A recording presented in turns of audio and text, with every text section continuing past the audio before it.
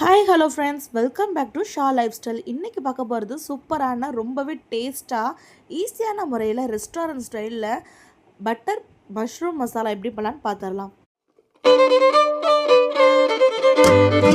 அதுக்கு ஃபஸ்ட்டு நம்ம மஷ்ரூம் எடுத்துக்க போகிறோம். மஷ்ரூமை நல்லா வாஷ் பண்ணிக்கலாம். அங்கங்கே பிளாக் கலராக இருக்கும், அதை நம்மளை வாஷ் பண்ணிக்கலாம். அடுத்து நம்ம இப்போ க்ளீன் பண்ணிவிட்டு எப்படி மஷ்ரூமை கட் பண்ணணும்னு நான் சொல்லிடுறேன். இப்போ காலை நல்லா கழுவியாச்சு. அது இப்போ எப்படி கட் பண்ணணும்னு சொல்லிடுறேன். இப்போ மேலே இருக்க ஒரு தோல் கொஞ்சம் ஷைனிங்காக இருக்கும், அந்த தோலை மட்டும் உரிச்சு எடுத்துடணும். இப்படி லைட்டாக உரிச்சு எடுத்தாலே வரும். கையாலே நம்ம பண்ணலாம், இல்லை கத்தியால் ஈஸியாக இருக்குன்னா கத்தியால் பண்ணலாம். இப்போ பாருங்கள், இந்த மேலே உள்ள ஷைனிங் தோல்லாம் எடுத்தாச்சு. அடுத்தது எப்படி உங்களுக்கு வேணுமோ அது மாதிரி கட் பண்ணிக்கலாம். நான் இதை பாதியாக கட் பண்ணிக்க போகிறேன், 4 துண்டுகளாக கட் பண்ணிக்க போகிறேன். ஏன்னா கொஞ்சம் இந்த பட்டன்லாம் பார்த்தீங்கன்னா கொஞ்சம் பெருசாக இருக்குது. ஸோ 4 பீஸாக நீங்கள் கட் பண்ணிக்கலாம்.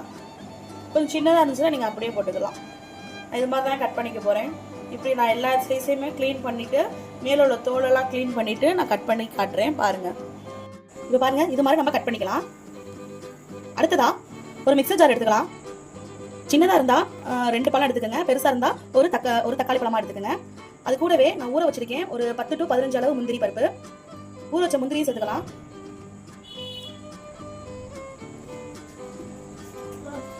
இப்போ இதை நம்ம மை போல அரைச்சிடலாம். இப்போ நமக்கு தக்காளி பேஸ்ட் ரெடி ஆயிடுச்சு. இதை அப்படியே நம்ம ஓரமாக வச்சுக்கலாம். இப்போ ரெஸ்டாரண்ட் ஸ்டைலில் பட்டர் மஷ்ரூம் மசாலா எப்படி பண்ணலாம் பார்த்துக்கலாம். அதுக்கு இப்போ ஒரு பேன் நல்லா ஹீட் பண்ணிக்கிட்டேன். அடுத்தது இது கூடவே பட்டர் சேர்த்துக்கிறேன். பட்டர் 1 ஸ்பூன் அளவு சேர்த்துக்கலாம். இது கூடவே ரீஃபைண்ட் ஆயில் கொஞ்சம் சேர்த்துக்கலாம். இது ஒரு 1/2 டேபிள் ஸ்பூன் அளவு சேர்த்துக்கிட்டா போதும். பெரிய வெங்காயம் இது மாதிரி ஒரு கியூப் சைஸ்ல கட் பண்ணிருக்கேன். அது பெரிய வெங்காயம் நான் 1 அளவு எடுத்துக்கிட்டேன். இது இப்போ நல்லா மிக்ஸ் பண்ணிக்கலாம். வெங்காயம் பட்டரோட நல்லா மிக்ஸ் ஆயிரும். அந்த ஸ்மெல்லே சூப்பரா இருக்குங்க. அது மட்டும் இல்லாம இது ரொம்ப வதக்க தேவையில்லை. இது கூடவே குடமிளகாவும் கியூப் சைஸ்ல கட் பண்ணிருக்கேன். அதையும் நல்லா மிக்ஸ் பண்ணிடலாம். ரெண்டையும் ரொம்ப வதக்க தேவையில்லை. இது இப்போ நம்ம சாப்பிடும் போது கொஞ்சம் கிரன்ச்சியா இருக்கணும். அந்த பதத்துக்கு நம்ம வதக்கினாலே போதும், ரொம்ப வதக்க தேவையில்லை. அடுத்து கழுவி கட் பண்ணி வச்சிருக்க மஷ்ரூமை இதோட சேர்த்துடலாம். சேர்த்து அதையும் நல்லா மிக்ஸ் பண்ணிக்கலாம். ஒரு 2 நிமிஷம் மூடி போட்டாலே போதும். அந்த பட்டரோட நல்லா மிக்ஸ் ஆயிரும். 2 நிமிஷம் கழிச்சு நம்ம பார்க்கலாம். இப்போ நம்ம பட்டரோட நல்லா மிக்ஸ் பண்ணி வச்சிருக்கோம். பாத்தீங்கன்னா தண்ணி எல்லாம் இதுல வருது. பாத்தீங்கன்னா மஷ்ரூம்ல தண்ணியை சேர்க்க தேவையில்லை. தண்ணி எல்லாம் வந்துருச்சு. இப்போ இது இப்படியே இருக்கட்டும். இது ஒரு பிளேட்டுக்கு ஷிஃப்ட் பண்ணிடலாம். ஒரு பிளேட்டுக்கு ஷிஃப்ட் பண்ணிட்டு இது அப்படியே நம்ம வச்சிடலாம். இப்போ அதே பண்ணல பட்டர் மறுபடியும் ஒரு டேபிள் ஸ்பூன் அளவு நம்ம சேர்த்துக்கலாம். இதுலயும் மறுபடியும் ஒரு வெங்காயம் இது மாதிரி பொடியா கட் பண்ணிருக்கேன். அதை இதோட சேர்த்துக்கலாம்.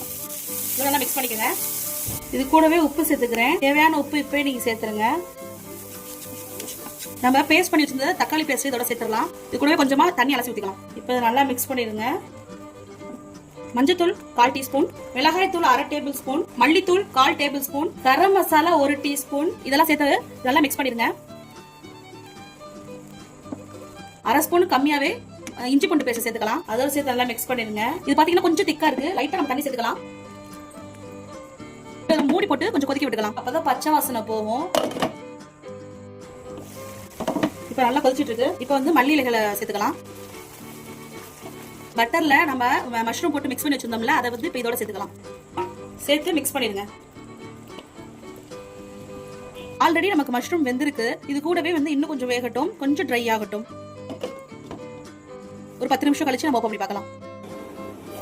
நல்லா கொதிச்சு சூப்பரான கன்சிஸ்டன்சிக்கு வந்துருச்சு. இது கூடவே கஸ்தூரி மேத்தி சேர்த்துக்கலாம். கஸ்தூரி மேத்தி சேர்க்கறனால ரெஸ்டாரண்ட் ஸ்டைல்லே இருக்குங்க அந்த டேஸ்ட். இப்போ ஆஃப் பண்ணிடலாங்க. நான் சொன்ன அளவுகளோட கண்டிப்பா இந்த மஷ்ரூம் மசாலா ட்ரை பண்ணி பாருங்க. கூடவே ஆனியன் ரைத்தா வச்சு சாப்பிட்டு பாருங்க.